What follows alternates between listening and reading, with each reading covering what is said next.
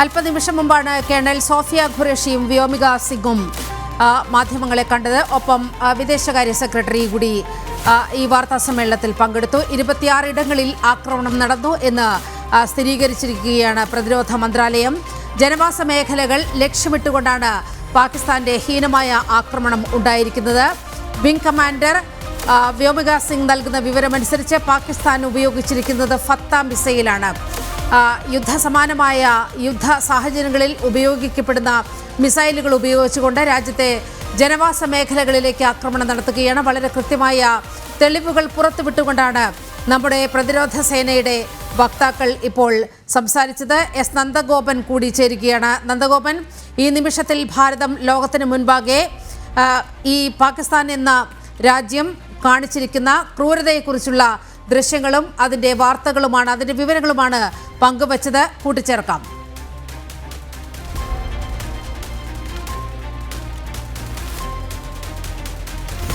നീലിമ, പ്രധാനമായും ഇപ്പോൾ പാകിസ്ഥാൻ ഭാരതത്തിന്റെ പടിഞ്ഞാറൻ അതിർത്തികൾ ലക്ഷ്യം വെക്കുന്നു എന്നുള്ളതാണ് പ്രധാനമായും ഇന്നിപ്പോൾ വാർത്താ സമ്മേളനത്തിൽ ചൂണ്ടിക്കാണിക്കപ്പെട്ടത്.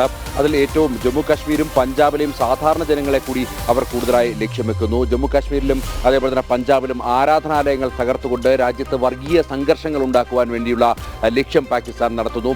അമൃത്സറിലെ ആരാധനാലയം തകർക്കുവാൻ ലക്ഷ്യം വെച്ചുകൊണ്ട് അല്ലെങ്കിൽ തകർത്തു എന്നുള്ള രീതിയിലുള്ള വ്യാജ പ്രചരണങ്ങൾ, അത് ഭാരതത്തിന്റെ സൈനിക വിഭാഗം തന്നെ തകർത്തു എന്നുള്ള രീതിയിലുള്ള വ്യാജ പ്രചരണങ്ങൾ പാകിസ്ഥാൻ നടത്തുന്നു. ഇത്തരത്തിൽ ഭാരതത്തിൽ വർഗീയ കലാപങ്ങൾ കൂടി ലക്ഷ്യം വെച്ചുകൊണ്ടുള്ള പ്രവർത്തനമാണ് പാകിസ്ഥാന്റെ ഭാഗത്തുനിന്നും ഉണ്ടാകുന്നത് എന്നുള്ളതാണ് പ്രധാനമായും ചൂണ്ടിക്കാണിക്കപ്പെടുന്നത്.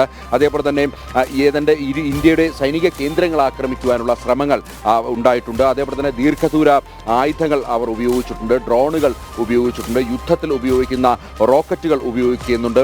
ഉദ്ധംപൂർ, അതേപോലെ തന്നെ ഭുജ്, പത്താൻകോട്ട്, അതേപോലെ തന്നെ ബഡിൻഡ എന്നിവിടങ്ങളിലെ വ്യോമ താവളങ്ങൾക്കും അതേപോലെ തന്നെ ചെറിയ ഉപകരണങ്ങൾക്കും അതേപോലെ തന്നെ ചില വ്യോമസേനയിലെ ചില ഉദ്യോഗസ്ഥർക്കും ചെറിയ രീതിയിലുള്ള പരിക്കുകൾ അടക്കം വരുത്തുവാൻ വേണ്ടി ഇത്തരത്തിൽ പാകിസ്ഥാന് സാധിച്ചിട്ടുണ്ട് എന്നുള്ളതാണ്. പുലർച്ചെ 1:40 പഞ്ചാബിലെ വ്യോമതാവളം ആക്രമിക്കുവാൻ വേണ്ടിയുള്ള ശ്രമമുണ്ടായി എന്നുള്ളതാണ് ചൂണ്ടിക്കാണിക്കപ്പെടുന്നത്. അതേപോലെ തന്നെ ആരോഗ്യ കേന്ദ്രങ്ങളും സ്കൂളുകളും അവർ ആക്രമിച്ചു എന്നുള്ളതാണ്. ഈ സൈനിക താവളത്തോട് ചേർന്നുള്ള സ്കൂളും അതേപോലെ തന്നെ ആരോഗ്യ കേന്ദ്രങ്ങളും ഈ ആക്രമണത്തിൽ പൂർണ്ണമായും തകർന്നിരിക്കുകയാണ്. ഇപ്പോൾ പാകിസ്ഥാൻ കൂടുതലായി ലക്ഷ്യം വെക്കുന്നത് ഭാരതത്തിലെ സാധാരണക്കാരായ ജനങ്ങളെയാണ് എന്നുള്ളതാണ്. പ്രധാനമായും പടിഞ്ഞാറൻ അതിർത്തികൾ, അതായത് ഗുജറാത്ത്, രാജസ്ഥാൻ, അതേപോലെ തന്നെ ഇത്തരം പടിഞ്ഞാറൻ അതിർത്തികൾ കൂടുതലായി ലക്ഷ്യം വെച്ചുകൊണ്ട് നമുക്കറിയാം ഹരിയാനയിൽ മാത്രം ഏതാണ്ട് 4 ഇടങ്ങളിലേക്ക് ആക്രമണം നടത്തുവാൻ വേണ്ടി അവർ തുനിഞ്ഞു എന്നുള്ളതാണ് വ്യക്തമാക്കുന്നത്. ഇങ്ങനെ വലിയ രീതിയിൽ 26 ഇടങ്ങളിലേക്ക് കടന്നു കയറി ആക്രമണം നടത്തുവാൻ വേണ്ടിയായിരുന്നു അല്ലെങ്കിൽ ആക്രമണം നടത്തി അതിൻ്റെ പരീക്ഷണമായിരുന്നു പാകിസ്ഥാന്റെ ഭാഗത്തുനിന്നും ഉണ്ടായിരുന്നത്. എന്നാൽ കൃത്യമായി ഭാരതത്തിന്റെ വ്യോമ പ്രതിരോധ സേന അത് കൃത്യമായി തന്നെ സംവിധാനം ഉപയോഗിച്ചുകൊണ്ട് അതിനെ തടുത്തു എന്നുള്ളതാണ് ഈ വാർത്താ സമ്മേളനത്തിൽ വ്യക്തമാക്കുന്നത്. പാകിസ്ഥാന്റെ ഭാഗത്തുനിന്നും ഉണ്ടായ പ്രകോപനമാണ് ഈ തിരിച്ചടികൾക്ക് അല്ലെങ്കിൽ ഭാരതം നൽകുന്ന ഈ തിരിച്ചടികൾക്ക് കാരണമെന്നുള്ളത് പ്രധാനമായും വിക്രം മിശ്രി ചൂണ്ടിക്കാണിക്കുന്നു. ഈ പലപ്പോഴും സമാനമായ രീതിയിലുള്ള പ്രകോപനം പാകിസ്ഥാന്റെ ഭാഗത്തുനിന്നും ഉണ്ടാകുന്നു. അഫ്ഗാനിസ്ഥാനെ പാകിസ്ഥാൻ ആക്രമിച്ച ചരിത്രം അറിയാം. അവിടെയും ആരാധനാലയങ്ങൾ തകർക്കുവാൻ വേണ്ടിയായിരുന്നു പാകിസ്ഥാൻ ശ്രമിച്ചിരുന്നത്. അങ്ങനെ ഭാരതത്തിലെ ഇത്തരം ആരാധനാലയങ്ങൾ കൂടി തകർത്തുകൊണ്ട് വർഗീയ സംഘർഷങ്ങൾ കൂടി ഭാരതത്തിൽ ലക്ഷ്യം വെക്കുകയാണ് പാകിസ്ഥാൻ. ഇത്തരത്തിൽ സൈനിക താവളങ്ങളും അതേപോലെ തന്നെ സൈനിക കേന്ദ്രങ്ങളും മാത്രമല്ല പാകിസ്ഥാൻ ഉന്നം വെക്കുന്നത്, മറിച്ച് സാധാരണക്കാരായ ജനങ്ങളെയും അവരുടെ സ്ഥാപനങ്ങളെയും അതേപോലെ തന്നെ തന്ത്രപ്രധാനമായ ഭാരതത്തിന്റെ സ്ഥലങ്ങളെയും പാകിസ്ഥാൻ ഉന്നം വെക്കുന്നു എന്നുള്ളതാണ്. ശക്തമായി തന്നെ ഭാരതം തിരിച്ചടിച്ചു എന്നുള്ളതാണ് ഈ പ്രതിരോധ വക്താക്കൾ സൂചിപ്പിച്ചിരിക്കുന്നത്. പാകിസ്ഥാന് കാര്യമായ കേടുപാടുകൾ പറ്റാത്ത രീതിയിലുള്ള ആക്രമണമാണ് എന്നുള്ളതാണ് പ്രധാനമായും സൂചിപ്പിച്ചിരിക്കുന്നത്. അവിടെയും ഭാരതം അല്പം സംയമനം പാലിക്കുന്നു എന്നുള്ളത് ചൂണ്ടിക്കാണിക്കപ്പെടുന്നു. അതേസമയം തന്നെ ലഭ്യമായ വിവരങ്ങൾ അനുസരിച്ച് കനത്ത തിരിച്ചടി തന്നെയാണ് വ്യോമസേന നടത്തിയിട്ടുള്ളത്. വ്യോമസേനയുടെ ഭാഗത്തുനിന്നും കനത്ത തിരിച്ചടി പാകിസ്ഥാന് നൽകിയിട്ടുണ്ട്. ഒപ്പം തന്നെ കരസേനയുടെ, അതായത് പാകിസ്ഥാൻ കരസേന ഭാരതത്തിലേക്ക് സൈനിക നീക്കം ആരംഭിക്കുവാൻ തുനിഞ്ഞിട്ടുണ്ട് എന്നുള്ളതും വിംഗ് കമാൻഡർ വ്യോമിക സിംഗ് സൂചിപ്പിച്ചിരുന്നു. അതായത് പാകിസ്ഥാന്റെ കരസേന ഭാരതത്തിലേക്ക് കടന്നു കയറി കരയിൽ കൂടിയുള്ള ആക്രമണങ്ങൾക്കും പാകിസ്ഥാൻ പദ്ധതിയിടുന്നു എന്നുള്ളതാണ് ഇതുമായി ബന്ധപ്പെട്ട് നമ്മൾ മനസ്സിലാക്കേണ്ടിയിരിക്കുന്നത്. അങ്ങനെ അത്തരത്തിലുള്ള ഒരു മാസ് മൂവ്മെന്റ് പാകിസ്ഥാൻ സൈന്യത്തിന്റെ ഭാഗത്തുനിന്നും പാകിസ്ഥാന്റെ കരസേനയുടെ ഭാഗത്തുനിന്നും ഉണ്ടാകുന്നു എന്നുള്ളതാണ്. അതായത് കാർഗിലൊക്കെ അതേപോലെ തന്നെ 99-ൽ നടന്ന യുദ്ധം പോലെ ഇതുവരെയായിട്ടും പാകിസ്ഥാൻ പരീക്ഷണം നടത്തിയത് വ്യോമമാർഗം ഏതെങ്കിലും രീതിയിൽ ഭാരതത്തെ ആക്രമിക്കാൻ സാധിക്കുമെന്നുള്ളതായിരുന്നു ഈ പാകിസ്ഥാൻ വ്യോമസേനയുടെയും അതേപോലെ തന്നെ അവിടുത്തെ സൈനിക വിഭാഗങ്ങളുടെയും ഒക്കെ തന്നെ പരീക്ഷണം. അങ്ങനെ പല രീതിയിൽ കഴിഞ്ഞ 3 ദിവസമായി നിരന്തരം ഇത്തരത്തിൽ ഡ്രോൺ ആക്രമണങ്ങൾ നടത്തുവാൻ വേണ്ടിയായിരുന്നു ശ്രമിച്ചത്. ഏറ്റവും ഒടുവിൽ ഇപ്പോൾ റോക്കറ്റ് ഉപയോഗിച്ചുകൊണ്ട് ഭാരതത്തെ അല്ലെങ്കിൽ ഈ പഞ്ചാബിലെ വ്യോമസേന താവളം തകർക്കുവാൻ വേണ്ടി യുദ്ധത്തിൽ ഉപയോഗിക്കുന്ന ഈ അത്തരം അല്ലെങ്കിൽ വലിയ അടിയന്തര ഘട്ടത്തിൽ ഉപയോഗിക്കുന്ന അത്തരം ഹൈസ്പീഡ് റോക്കറ്റുകൾ ഉപയോഗിച്ചുകൊണ്ട് പ്രധാനമായും ഈ പഞ്ചാബിലെ സൈനിക കേന്ദ്രം തകർക്കുവാൻ വേണ്ടിയുള്ള ശ്രമങ്ങൾ നടത്തിയെന്നുള്ളതാണ് പ്രധാനമായും ചൂണ്ടിക്കാണിക്കപ്പെടുന്നത്. അതേസമയം തന്നെ ഭാരതം പ്രത്യാക്രമണം നടത്തിയെന്നുള്ളതും ഈ വ്യോമയാന വക്താക്കൾ വ്യക്തമാക്കുന്നു. ഏതായാലും പ്രധാനമായും ഭാരതം തിരിച്ചടിക്കുന്നു എന്നുള്ള കാര്യത്തിൽ തർക്കമില്ല. അതേസമയം തന്നെ ഒരു യുദ്ധസമാനമായ സാഹചര്യം ഇപ്പോൾ ഈ അതിർത്തി മേഖലയിലും അതേപോലെ തന്നെ ഈ നമ്മുടെ ഈ 5 സംസ്ഥാനങ്ങൾ പ്രധാനമായും ജമ്മു കാശ്മീർ അതേപോലെ തന്നെ പഞ്ചാബ്, ഹരിയാന, അതേപോലെ തന്നെ ഗുജറാത്ത്, രാജസ്ഥാൻ അടക്കമുള്ള സംസ്ഥാനങ്ങളിൽ നിലനിൽക്കുന്നു എന്നുള്ളതാണ് യാഥാർത്ഥ്യം. ഈ പകൽ സമയങ്ങളിലും പത്താൻകോട്ടിൽ പോലും നമുക്ക് ഇത്തരം ഡ്രോണുകൾ നേരിട്ട് കാണുന്ന സാഹചര്യം സാധാരണക്കാരായവരും ജനം TV സംഘം തന്നെ ഇതുമായി ബന്ധപ്പെട്ട് ഡ്രോൺ നേരിട്ട് കാണുന്ന പത്താൻകോട്ടിലെ സൈനിക താവളത്തിന് മുകളിൽ ഡ്രോൺ കാണുന്ന ഒരു അവസ്ഥയുണ്ടായിരുന്നു. ഇങ്ങനെ പകൽ ഇതുവരെയായിട്ടും രാത്രിയിലുണ്ടായിരുന്ന അറ്റാക്കുകളായിരുന്നു കൂടുതലായി നടന്നുകൊണ്ടിരുന്നത്. കഴിഞ്ഞ ദിവസം രാത്രി 9 മണി മുതൽ പുലർച്ചെ 5 മണി വരെയായിരുന്നു ഇത്തരം ശ്രമങ്ങൾ നടത്തിയിരുന്നത്. എന്നാൽ ഇന്നിപ്പോൾ പകൽ സമയത്തും ഈ ഇത്തരം ആക്രമണത്തിന് മുതിരുന്നു എന്നുള്ളതാണ്. അതേസമയം തന്നെ പാകിസ്ഥാൻ വലിയ രീതിയിൽ വ്യാജ പ്രചരണങ്ങൾ നടത്തുന്നു ഭാരതത്തിനെതിരെ എന്നുള്ളതാണ്. പ്രധാനമായും നമ്മുടെ സൂറത്തിലെയും അതേപോലെ തന്നെ സിർസയിലെയും വ്യോമ താവളങ്ങൾ പാകിസ്ഥാൻ ആക്രമിച്ചു മുഴുവൻ തരിപ്പണമാക്കി എന്ന തരത്തിൽ ഈ സാമൂഹ്യ മാധ്യമങ്ങൾ വഴി ചില ഫോട്ടോകളും വീഡിയോകളും അടക്കം പ്രചരിപ്പിക്കുന്നുണ്ട്. എന്നാൽ നിലവിൽ എന്താണ് അവിടുത്തെ അവസ്ഥ അല്ലെങ്കിൽ വ്യോമതാവളത്തിൻ്റെ യഥാർത്ഥ അവസ്ഥ എങ്ങനെയാണ് എന്ന് സൂചിപ്പിക്കുന്ന ചിത്രങ്ങളടക്കം പ്രദർശിപ്പിച്ചിട്ടാണ് വ്യോമിക സിംഗ് വിംഗ് കമാൻഡർ വാർത്താ സമ്മേളനത്തിൽ ജനങ്ങൾക്ക് മുന്നിൽ ലോകത്തിന് മുന്നിൽ അത് കാട്ടി നൽകിയത്. അത്തരത്തിലുള്ള കാര്യമായ കേടുപാടുകൾ വരുത്തുവാൻ വേണ്ടി നമ്മുടെ വ്യോമസേന താവളങ്ങൾക്കോ അല്ലെങ്കിൽ ഉപകരണങ്ങൾക്കോ കാര്യമായ കേടുപാടുകൾ വരുത്തുവാൻ വേണ്ടി സാധിച്ചിട്ടില്ല എന്നുള്ളത് തന്നെയാണ്. അതാണ് ചിത്രങ്ങൾ സഹിതം സമൂഹത്തിന് മുന്നിലേക്ക് പങ്കുവെച്ചത്. അതിനൊക്കെ അപ്പുറത്തേക്ക് ചെറിയ രീതിയിലുള്ള ആക്രമണങ്ങൾ ഉണ്ടായി, അത്തരം ചില പരിക്കുകൾ ഒക്കെ ഏറ്റു. അല്ലെങ്കിൽ വ്യോമസേനയുടെ ചില ഉപകരണങ്ങൾക്കും അതേപോലെ തന്നെ വ്യോമസേന താവളത്തിൽ ഉള്ള ചില ഉദ്യോഗസ്ഥർക്കുമൊക്കെ ചില പരിക്കുകൾ ഏറ്റു എന്നുള്ള വിവരങ്ങൾ ലഭ്യമാകുന്നുണ്ട്. ഏതായാലും ഭാരതത്തിൻ്റെ ഇത്തരം ഈ വ്യോമയാന പ്രതിരോധ ശേഷി L-17 ആകാശും ഒക്കെ തന്നെ ഉപയോഗിച്ചുകൊണ്ട് ഭാരതം നടത്തുന്ന പ്രതിരോധം അത് പാകിസ്ഥാന് കനത്ത തിരിച്ചടി തന്നെയാണ് നൽകിയിരിക്കുന്നത്. അതുകൊണ്ട് തന്നെയാണ് ഇപ്പോൾ ഒരു സൈനിക നീക്കത്തിലേക്ക് ഇപ്പോൾ കടക്കുന്നത്. അതായത് കരസേനയുടെ ഒരു നീക്കം, ഒരു മൂവ്മെൻറ്റ് ഇപ്പോൾ ഭാരതത്തിലേക്ക് കടന്നു കയറുവാൻ വേണ്ടി ആക്രമിച്ച് കീഴ്പ്പെടുത്തുവാൻ വേണ്ടിയുള്ള ശ്രമം പാകിസ്ഥാൻ നടത്തുന്നു എന്നുള്ള സൂചനകളാണ് ഇന്നിപ്പോൾ വിംഗ് കമാൻഡർ വ്യോമിക സിംഗ് വ്യക്തമാക്കിയിരിക്കുന്നത്. ശക്തമായ രീതിയിലുള്ള പ്രതിരോധം തീർത്ത് കരസേനയും രംഗത്തുണ്ട്. കരസേനയ്ക്ക് പുറമെ BSF അടക്കമുള്ള അർദ്ധസൈനിക വിഭാഗങ്ങളും ഈ മേഖലയിൽ നിലയുറപ്പിച്ചിട്ടുണ്ട്. അങ്ങനെ ആർമിയുടെ ഒരു തരത്തിലുള്ള മൂവ്മെൻറ്റും സാധ്യമായാൽ അതൊരു യുദ്ധത്തിലേക്ക് അല്ലെങ്കിൽ ഒരു പ്രഖ്യാപിത യുദ്ധത്തിലേക്ക് കടക്കുന്ന ഒരു സാഹചര്യം ഉണ്ടാകുമെന്നുള്ളതാണ് നയതന്ത്ര വിദഗ്ധരും മറ്റും ചൂണ്ടിക്കാണിക്കുന്നത്. നീലിമ. നന്ദഗോപൻ, ഇപ്പോൾ വരുന്ന ഒരു പ്രധാനപ്പെട്ട ഇൻപുട്ട് അനുസരിച്ച് രാജസ്ഥാൻ അതിർത്തിയിൽ വലിയ ജാഗ്രതാ നിർദ്ദേശം നൽകിയിരിക്കുകയാണ്. ബാർമർ, ജയ്സാൽമീർ എന്നീ മേഖലകൾ കേന്ദ്രീകരിച്ച് വലിയ ആക്രമണ ഭീഷണി നിലനിൽക്കുകയാണ്.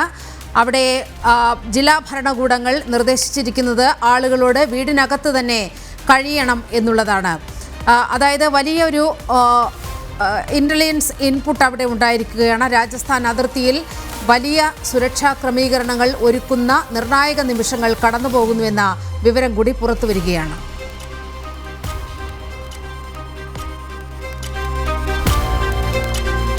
അത് തന്നെയാണ് പകൽ സമയത്തും ഭാരതത്തെ ആക്രമിക്കുവാൻ വേണ്ടി തുനിയുന്ന സാഹചര്യമാണ് ഇപ്പോൾ പാകിസ്ഥാനുള്ളത്. നേരത്തെ ഇരുട്ടിൻ്റെ മറവിൽ ആക്രമിച്ചുകൊണ്ടിരുന്ന സാഹചര്യം മാറി ഇപ്പോൾ പകൽ സമയത്തിലേക്കും ആക്രമണം വ്യാപിപ്പിച്ചിരിക്കുന്നു. പത്താൻകോട്ടിൽ സൈനിക താവളത്തിന് മുകളിൽ നേരത്തെ അതാണ് ഡ്രോണുകളുടെ സാന്നിധ്യം കണ്ടെത്തിയത്. ഇപ്പോൾ സമാനമായ രീതിയിൽ ജയ്സാൽമീർ അടക്കമുള്ള രാജസ്ഥാൻ നമ്മുടെ പടിഞ്ഞാറൻ അതിർത്തിയാണ് അവർ ലക്ഷ്യമിടുന്നത്. പടിഞ്ഞാറൻ അതിർത്തി വഴിയാണ് കഴിഞ്ഞ ദിവസം 26 ഇടങ്ങളിൽ ഓപ്പറേഷൻ ഇത്തരം ഡ്രോൺ സംവിധാനത്തിലൂടെയും ഹൈസ്പീഡ് മിസൈലിലൂടെയും ഹൈസ്പീഡ് റോക്കറ്റ് മിസൈലിലൂടെയും ഒക്കെ തന്നെ കടന്നു കയറാൻ ശ്രമിച്ചത് എന്നുള്ളതാണ് പ്രധാനമായും ഈ വാർത്താ സമ്മേളനത്തിൽ ചൂണ്ടിക്കാണിച്ചത്.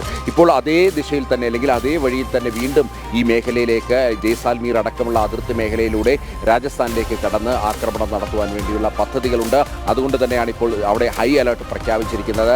ജനങ്ങൾ സഹകരിക്കണം, ജനങ്ങൾ വീടിനുള്ളിൽ നിന്ന് പുറത്തിറങ്ങരുത് എന്നുള്ളതാണ് പ്രധാനമായും നൽകിയിരിക്കുന്ന നിർദ്ദേശം. നേരത്തെ തന്നെ ഇതുമായി ബന്ധപ്പെട്ട അതിർത്തി മേഖലയിലെ ജനങ്ങൾക്ക് മറ്റ് സംസ്ഥാനങ്ങൾ അല്ലെങ്കിൽ തെക്കൻ സംസ്ഥാനങ്ങളിൽ ഉള്ള ജനങ്ങൾക്ക് നൽകിയതിൽ കൂടുതൽ അവബോധം ഇത് സംബന്ധിച്ച് അല്ലെങ്കിൽ എങ്ങനെ ഒരു വ്യോമാക്രമണത്തെ നേരിടാം എന്നത് സംബന്ധിച്ചിട്ടുള്ള കൃത്യമായ ഒരു ധാരണ അവിടുത്തെ ജനങ്ങൾക്ക് നൽകിയിട്ടുണ്ട്. ബ്ലാക്ക് ഔട്ട് അടക്കമുള്ള പ്രക്രിയകൾ ഒരുപക്ഷെ കേരളത്തിൽ കൂടുതലായി അത് നടന്നു കാണില്ല എങ്കിലും ഇത്തരം ഉത്തരേന്ത്യൻ സംസ്ഥാനങ്ങളിൽ ഇതേപോലെയുള്ള അതിർത്തി മേഖലയിലുള്ള ജില്ലകളിലുള്ള മുഴുവൻ ഗ്രാമങ്ങളിലടക്കം ഇത്തരം ബ്ലാക്ക് ഔട്ട് അടക്കം പരീക്ഷിക്കുന്ന സാഹചര്യം ഉണ്ടായിരുന്നു. ഡൽഹിയിലടക്കം പല മേഖലകളിലും അത്തരം ബ്ലാക്ക് ഔട്ട് അടക്കമുള്ള പരീക്ഷിച്ചു. ഇപ്പോൾ സാധാരണഗതിയിൽ ഇപ്പോൾ ഡൽഹിയിൽ രാത്രികാലങ്ങളിൽ അങ്ങനെ സ്ട്രീറ്റ് ലൈറ്റ് ഉണ്ടാകാൻ ഇല്ല എന്നുള്ളതാണ്. നേരത്തെ ഇത്തരം റോഡുകളിൽ വലിയ വെട്ടമുണ്ടായിരുന്നു, എന്നാൽ സ്ട്രീറ്റ് ലൈറ്റ് പൂർണ്ണമായും ഇപ്പോൾ രാത്രിയിൽ ഡൽഹിയിലടക്കം അണച്ചിട്ടിരിക്കുന്ന ഒരു സാഹചര്യമാണ് നിൽക്കുന്നത്.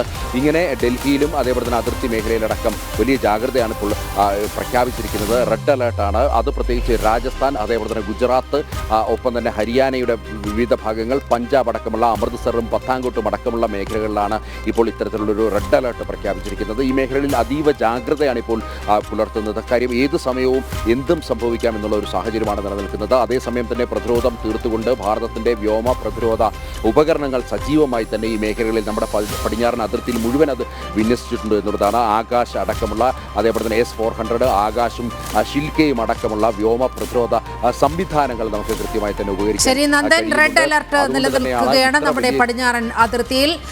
രാജസ്ഥാനിലൊക്കെ വളരെ കൃത്യമായ നിർദ്ദേശം നൽകിയിരിക്കുകയാണ്. ബാർമർ, ജയ്സാൽമീർ മേഖലകളിലൊക്കെ ജനങ്ങൾ പുറത്തിറങ്ങരുത് എന്ന കർശന നിർദ്ദേശം ജില്ലാ ഭരണകൂടങ്ങൾ മുന്നോട്ട് വയ്ക്കുമ്പോൾ വലിയ ജാഗ്രതയിലാണ് രാജ്യം. അൽ ജസീറ ഉൾപ്പെടെയുള്ള മാധ്യമങ്ങളിലൂടെ വലിയ വ്യാജ വാർത്തകൾ പടച്ചുവിടുകയാണ് പാകിസ്ഥാൻ. നമ്മുടെ സൈനിക താവളങ്ങൾ തകർത്തു എന്ന രീതിയിലൊക്കെ വാർത്തകൾ പുറത്തു വരുന്നു. ബിനിയാൻ മഴ്സൂസ് എന്ന് പറയുന്ന പേരിൽ ഒരു ഓപ്പറേഷന് രൂപം നൽകിയതായും നമ്മുടെ എയർബേസസ് തകർക്കാൻ ശ്രമിക്കുന്നു, അത്തരത്തിലുള്ള ഓപ്പറേഷൻ മുന്നോട്ട് കൊണ്ടുപോകുകയാണ് എന്നുള്ള രീതിയിലൊക്കെ അൽ ജസീറ അടക്കമുള്ള മാധ്യമങ്ങളിൽ വാർത്തകൾ വരികയാണ്. പക്ഷേ ഇത് നമ്മുടെ പ്രതിരോധ മന്ത്രാലയം, വിദേശകാര്യ മന്ത്രാലയം പാടെ നിരാകരിച്ചുകൊണ്ടുള്ള വാർത്താ സമ്മേളനമാണ് അല്പസമയം മുമ്പ് നമ്മൾ കണ്ടത്. പാകിസ്ഥാൻ വ്യാജ പ്രചാരണം തുടരുന്നു എന്നാണ് എക്സ്റ്റേണൽ അഫയേഴ്സ് മിനിസ്ട്രി അറിയിച്ചത്.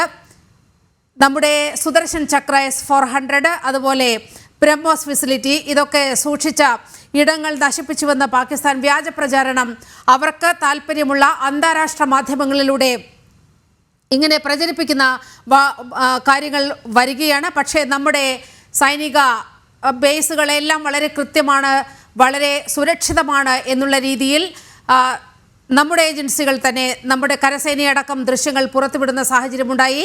നമ്മുടെ എയർബേസുകൾക്കൊന്നും യാതൊരു വിധത്തിലുള്ള തകരാറും പറ്റിയിട്ടില്ല എന്ന് ദൃശ്യങ്ങൾ സഹിതം സോഫിയ ഖുറേഷിയും അതുപോലെ വ്യോമിക സിംഗും ഉൾപ്പെടെയുള്ളവർ വ്യക്തമാക്കുന്നുണ്ട്. വളരെ കൃത്യമായി നമ്മൾ നമ്മുടെ നില ഭദ്രമാക്കിക്കൊണ്ടാണ് മുന്നേറുന്നത്. പക്ഷേ വ്യാജ പ്രചാരണങ്ങളിലൂടെ രാജ്യത്തിൻ്റെ ഇമേജ് തകർക്കാൻ വേണ്ടി പാകിസ്ഥാൻ നടത്തുന്ന ശ്രമങ്ങൾ തുറന്നു കാട്ടുക കൂടിയാണ് ഈ നിമിഷത്തിൽ ഭാരതം ചെയ്തിരിക്കുന്നത്. അൽ ജസീറ അടക്കമുള്ള മാധ്യമങ്ങളിലൂടെയാണ് പാകിസ്ഥാൻ നമുക്കെതിരെ വ്യാജ വാർത്തകൾ പടച്ചുവിടുന്നത്. അവർ ഒരു പ്രത്യേക മിഷന് രൂപം നൽകിയതായും നമ്മുടെ സൈനിക കേന്ദ്രങ്ങൾ ആക്രമിക്കാനാണ് പദ്ധതിയിടുന്നത് അടക്കമുള്ള വാർത്തകൾ പുറത്തു വരികയാണ്. എങ്ങനെയാണ് രാജ്യം ഈ വ്യാജ വാർത്തകളെ നേരിട്ടുകൊണ്ടിരിക്കുന്നത്?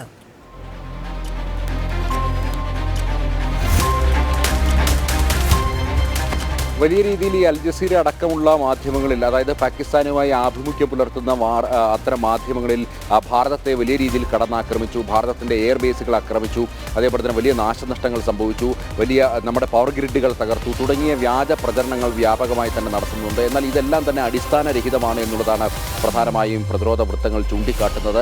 അതായത് ഇത്തരം ആരോപണങ്ങൾ അത് സോഷ്യൽ മീഡിയയിൽ വ്യാജ പ്രചരണങ്ങളാണ്. ഇതാദ്യമായി അല്ല പാകിസ്ഥാൻ ഇത്തരം പ്രചരണങ്ങൾ നടത്തുന്നത്. സമാനമായ രീതിയിൽ കഴിഞ്ഞ ദിവസങ്ങളിലൊക്കെ തന്നെ വലിയ രീതിയിൽ മാധ്യമങ്ങളിലൂടെ വലിയ തെറ്റായ പ്രചരണം, ഭാരതത്തിൽ ആൾബോംബ് സ്ഫോടനം വരെ നടത്തിയെന്നുള്ള പ്രചരണങ്ങൾ നടത്തിയിരുന്നു. എന്നാൽ യഥാർത്ഥത്തിൽ 7 പേരെ ഭാരതം കൊലപ്പെടുത്തിയ, നുഴഞ്ഞു കയറാൻ ശ്രമിച്ച 7 പേരെ കൊലപ്പെടുത്തിയപ്പോൾ അത് ആൾബോംബ് സ്ഫോടനമാണെന്ന് വരുത്തി തീർക്കാൻ പോലും പാകിസ്ഥാൻ ശ്രമിച്ചു. ഇത്തരത്തിൽ വ്യാജ വാർത്തകൾ വലിയ രീതിയിൽ തന്നെ പ്രചരിപ്പിക്കുന്നുണ്ട്. മാത്രമല്ല അമൃത്സറിലുള്ള സിഖ് ആരാധനാലയം തകർത്തുകൊണ്ട് അത് തകർത്തു, അത് ഭാരതത്തിൻ്റെ ഭാഗത്തു നിന്നും ഉണ്ടായ, പാകിസ്ഥാനെ നേരിട്ടപ്പോൾ ഉണ്ടായ കയ്യബദ്ധമാണ് എന്ന് വരുത്തി തീർക്കുവാനുള്ള ശ്രമങ്ങൾ പോലും, അങ്ങനെ ഇത്തരം വ്യാജ വാർത്തകൾ വാർത്തകളിലൂടെയും ഇത്തരം വ്യാജ പ്രചരണങ്ങളിലൂടെയും രാജ്യത്ത് വർഗീയ സംഘർഷങ്ങൾ കൂടി സൃഷ്ടിക്കുവാൻ വേണ്ടി ശ്രമിക്കുന്നു. പ്രത്യേകിച്ച് പഞ്ചാബ്, ജമ്മു കാശ്മീർ ഈ മേഖലകളിൽ കൂടുതലായി ഇത്തരം വർഗീയ സംഘർഷങ്ങൾ നടത്തുവാൻ വേണ്ടിയുള്ള ശ്രമങ്ങളുടെ ഭാഗം കൂടിയാണ് ഇത്തരം വ്യാജ പ്രചരണങ്ങൾ എന്നുള്ളതാണ്. മാത്രമല്ല ദേശീയ തലത്തിൽ ഭാരതം ഇപ്പോൾ ഈ സൈനിക സമ്പത്തിൽ ഭാരതം ക്ഷയിച്ചുകൊണ്ടിരിക്കുകയാണ്. കനത്ത പ്രഹരം ഭാരതത്തിന് നൽകിയെന്ന് ലോകരാജ്യങ്ങൾക്ക് മുന്നിൽ വരുത്തി തീർക്കുവാൻ വേണ്ടിയുള്ള ശ്രമമാണ് ഇത്തരം ഈ അൽ ജസീറ പോലുള്ള ഈ പാകിസ്ഥാനുമായി ആഭിമുഖ്യം പുലർത്തുന്ന വാർത്താ ചാനലുകളുടെയും അതേപോലെ തന്നെ സാമൂഹ്യ മാധ്യമങ്ങളിലൂടെയും മറ്റും പാകിസ്ഥാൻ പ്രചരിപ്പിക്കുന്നത് എന്നുള്ളതാണ് പ്രധാനമായും പ്രതിരോധ വൃത്തങ്ങൾ ചൂണ്ടിക്കാണിക്കുന്നത്. ഇത്തരത്തിലുള്ള പ്രചരണങ്ങളെല്ലാം തന്നെ വ്യാജ പ്രചരണങ്ങളാണ്. നമ്മുടെ പവർ ഗ്രിഡുകൾക്കോ അല്ലെങ്കിൽ വ്യോമയാന താവളങ്ങൾക്കോ കാര്യമായ കേടുപാടുകൾ ഒന്നും തന്നെ വരുത്തി വെക്കുവാൻ വേണ്ടി ഈ പാകിസ്ഥാൻ്റെ ഡ്രോണുകൾക്കോ അല്ലെങ്കിൽ റോക്കറ്റ് മിസൈലുകൾക്കോ ഒന്നും തന്നെ സാധിച്ചില്ല എന്നുള്ളതാണ് പ്രതിരോധ വൃത്തങ്ങൾ വ്യക്തമാക്കുന്നത്. അതേസമയം തന്നെ ചെറിയ കേടുപാടുകൾ നമ്മുടെ വ്യോമയാന ഇൻസ്ട്രുമെൻസുകൾക്കും അത്തരം ചില ഇൻസ്ട്രുമെൻസുകൾക്ക് കേടുപാട് വരുത്തുവാൻ സാധിച്ചു എന്നുള്ള യാഥാർത്ഥ്യം കൂടി അംഗീകരിക്കുന്നുണ്ട്. എന്നാൽ അത് പാകിസ്ഥാൻ പ്രചരിപ്പിക്കുന്ന രീതിയിലുള്ള വലിയ രീതിയിലുള്ള ആക്രമണങ്ങളായിരുന്നില്ല, അല്ലെങ്കിൽ അത്തരത്തിലുള്ള കേടുപാടുകൾ ഭാരതത്തിന് സംഭവിച്ചിട്ടില്ല, നാശനഷ്ടങ്ങൾ ഭാരതത്തിന് സംഭവിച്ചിട്ടില്ല, അല്ലെങ്കിൽ സൈനിക സമ്പത്തിന് സംഭവിച്ചിട്ടില്ല എന്നുള്ളതാണ് പ്രധാനമായും ചൂണ്ടിക്കാണിക്കപ്പെടുന്നത്.